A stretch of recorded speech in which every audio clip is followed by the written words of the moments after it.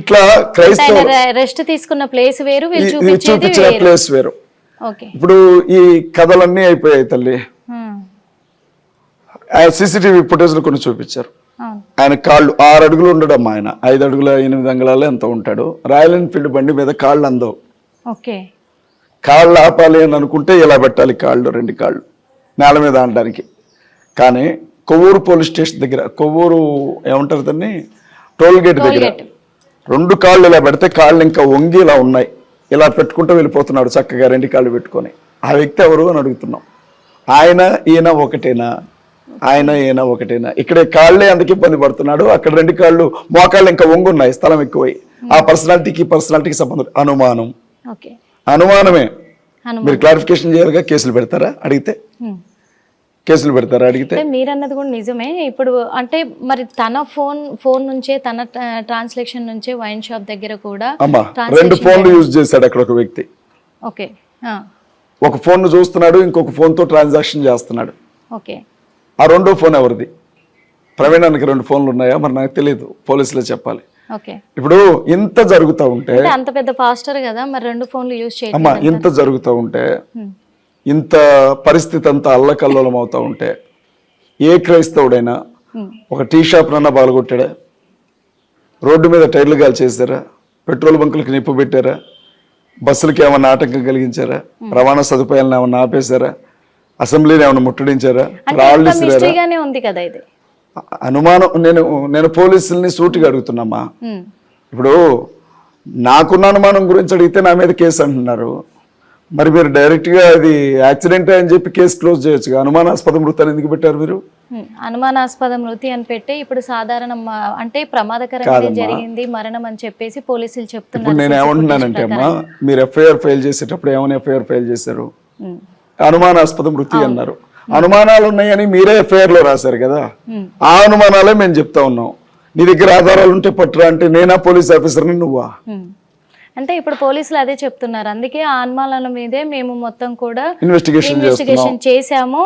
అందుకు CC footage ఆధారం కూడా ఉంది కాబట్టి ఇది యాక్సిడెంటల్ గా జరిగిన మరణం అని చెప్పేసి. యాక్సిడెంటల్ గా జరిగిన మరణం అయితే మరణం జరిగిన స్థలంలో ఉన్నటువంటి అవన్నీ కూడా ఎందుకు చెదిరిపోనిచ్చారు?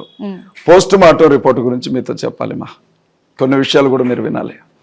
ప్రిలిమినరీ రిపోర్ట్ వచ్చింది. ఆ రోజు పాస్టర్స్ అందరూ వచ్చారు. నేను తెలంగాణ కదా, కొంచెం దూరంగా ఉన్నాను. ఆంధ్ర పాస్టర్స్ అంతా లోపలికి వెళ్ళారు. ఆయన ఒంటి మీద ఉండే బట్టలు తొలగించి అవన్నీ చూశారు గాయాలు.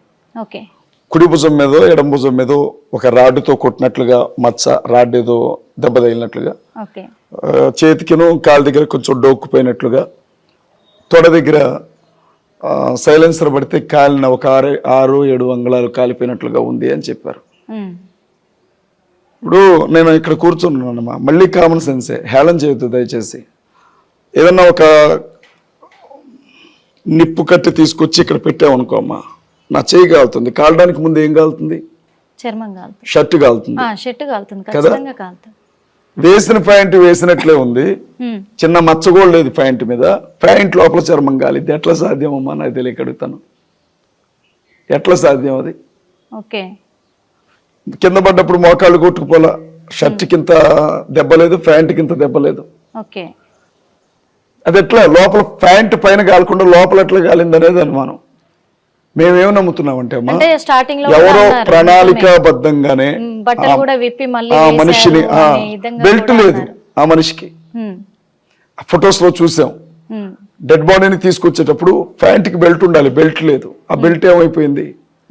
ఎన్నో ప్రశ్నలమ్మా. ఇప్పుడు మీకు ఒక విషయం చెప్పనమ్మా, చిన్ని క్లూతో పెద్ద పెద్ద కేసులను ఛేదించిన పోలీస్ ఆఫీసర్లు ఉన్నారు.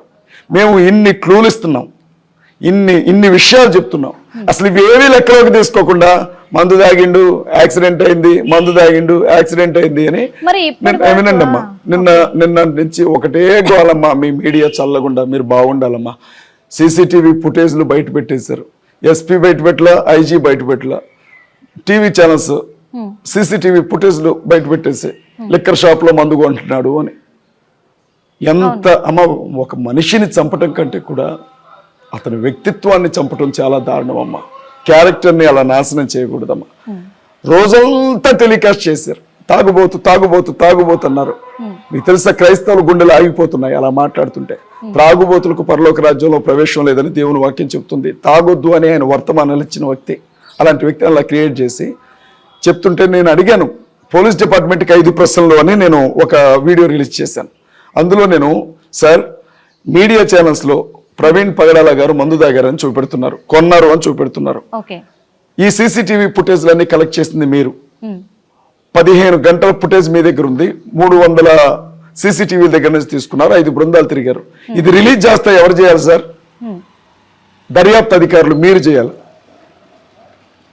మన ఎస్పీ గారు, ఐజీ గారు చేయాలి. మీరు అసలు ప్రెస్ మీటే పెట్టలేదు, ఇంకా మీరు అసలు మీడియాకి ఇవ్వలేదు. మరి ఈ ఫుటేజ్ మీడియాకి ఎలా వచ్చేసారని నేను అడిగాను. ఏబిఎన్ రాజేష్ మహాసేన్ అంటాడు, మహాకూటమి రాజేష్ అంటాడు.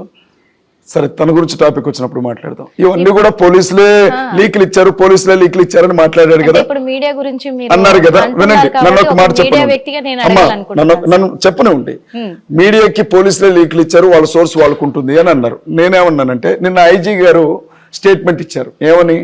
మేము అసలు ఆ సీసీటీవీ ఫుటేజ్ మా దగ్గరే లేదు, మేము దాన్ని రిలీజ్ చేయలేదు అని. రాజేష్ అబద్ధం చెప్తున్నాడా, ఐజీ గారు అబద్ధం చెప్తున్నాడా? సరే, అది నిజం కాదు. డైరెక్ట్ గా చెప్తున్నా, ఆర్టీవీ ఛానల్ వాళ్ళు ప్రజలకి క్షమాపణ చెప్తూ వీడియో రిలీజ్ చేస్తారు. ఆ సీసీటీవీ ఫుటేజ్ లో ఉన్నది ఆయన కాదు, మమ్మల్ని క్షమించండి, మేము పొరబడ్డామని. ఫేక్ వీడియో అని. ఎవరు క్రియేట్ చేశారు ఆ వీడియోని? ఎవరు అది ప్రవీణ్ పగడాల వీడియో అని ప్రజలను నమ్మించాలనుకుంటున్నారు? ఎవరిచ్చారు? పోలీసుల దగ్గరికి వెళ్ళని వీడియో మీడియాకి ఎలా వచ్చింది? అర్థమవుతుందమ్మా నేను చెప్పేది? ఇవన్నీ చూస్తా ఉంటే ఇది మామూలు మరణం అనిపిస్తుందా మీకు? అయితే ఇక్కడ ఒక చిన్న మాట సార్, నేను అడుగుదాం అనుకుంటున్నాను. ఎందుకంటే ఇప్పుడు మీడియా గురించి మనకు ప్రస్తావన వచ్చింది కాబట్టి అడుగుతున్నాను. మీడియాకి ఒకటి జరిగింది, ఒక ఇన్సిడెంట్ జరిగింది అన్నప్పుడు అది వాస్తవమా అవాస్తవమా ప్రజలకు తెలియజేయడానికి చాలా రకాలుగా కూడా ఇన్వెస్టిగేషన్లో సర్వ హక్కులు ఉంటుంది మీడియాకి, ఖచ్చితంగా. అందుకు ఆ కోణంలోనే ఎప్పుడైనా కానీ ఎక్కడికైనా వెళ్ళే అధికారం కూడా మీడియాకు ఉంటుంది. అది ఎవరిచ్చారు ఫుటేజ్ అనే దాని మీద మీరు క్వశ్చన్ చేస్తున్నారు. అది చాలా బాగుంది సార్, ఎందుకంటే ఎందుకు వెళ్ళింది, ఇది పోలీసుల దగ్గర ఉన్నది కదా అని చెప్పేసి మీకు ఫుటేజ్ వచ్చిందమ్మా. అవును, మీరు వెంటనే ఏం చేయాలి?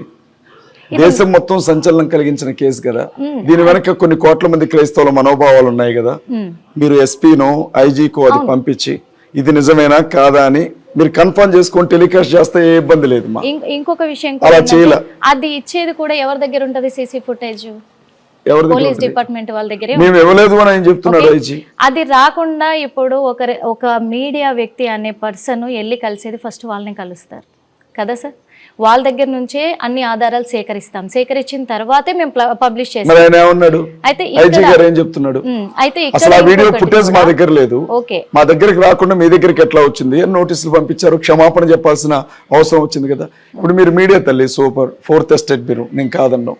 నాకు 3 ఛానల్స్ ఉన్నాయి నాకు కూడా. నేను కూడా కంటిన్యూస్ గా మాట్లాడుతూనే ఉంటాను. కానీ ఒక వ్యక్తిని కించపరిచే హక్కు మీడియాకి ఎక్కడుందమ్మా? లేదు కదా.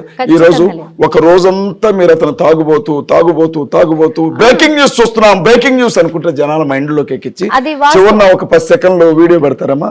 10 సెకండ్లు క్షమించండి తప్పైంది అని. నిజంగా మీరు చెప్పేది అయితే నిజం, నేను చెప్పేది కూడా మీరు మాట్లాడేది నిజమే అంటున్నాను ఖచ్చితంగా. కాకపోతే ఇది బ్రేకింగ్ న్యూస్, ఒక తాగుబోతుగా మరణించాడు అనేది అది చాలా వరకు కూడా పొరపాటు, దానికి నేను ఒప్పుకుంటా. అయితే ఇక్కడ ఒకటి సార్, ఏదైనా కానీ చాలా వరకు కూడా మీడియా ఈయన తాగే మరణించాడు అని నిర్ధారించలేదు. నమ్ముతుంది, నిర్ధారించేది అసలు పోస్ట్ మార్టం ఎందుకు మేడం? మీరు చెప్పేదాన్ని బట్టి చూస్తే మూలన కూర్చున్న ముసలోడు కూడా అర్థమైంది తాగి చచ్చిపోయిందని. హిట్ టీవీ యాప్, ఇందులో short news, live news, entertainment shows, movies, digital magazines తో పాటు మీ జిల్లా వార్తలను కూడా ఫ్రీగా చూడొచ్చు. అంతేకాదు కేజీ నుంచి పీజీ వరకు విద్యార్థులకు స్కాలర్షిప్ కూడా అందిస్తున్నాం. ప్రతి వారం 10 మందికి లక్కీ డ్రా ద్వారా ఒక్కొక్కరికి 10,000 రూపాయలు అందిస్తున్నాం. ఇంకెందుకు ఆలస్యం, వెంటనే హిట్ టీవీ యాప్ ని డౌన్లోడ్ చేసుకుని ఫ్రీగా ఎంటర్టైన్మెంట్ పొందండి. Hit TV app. Hit TV app.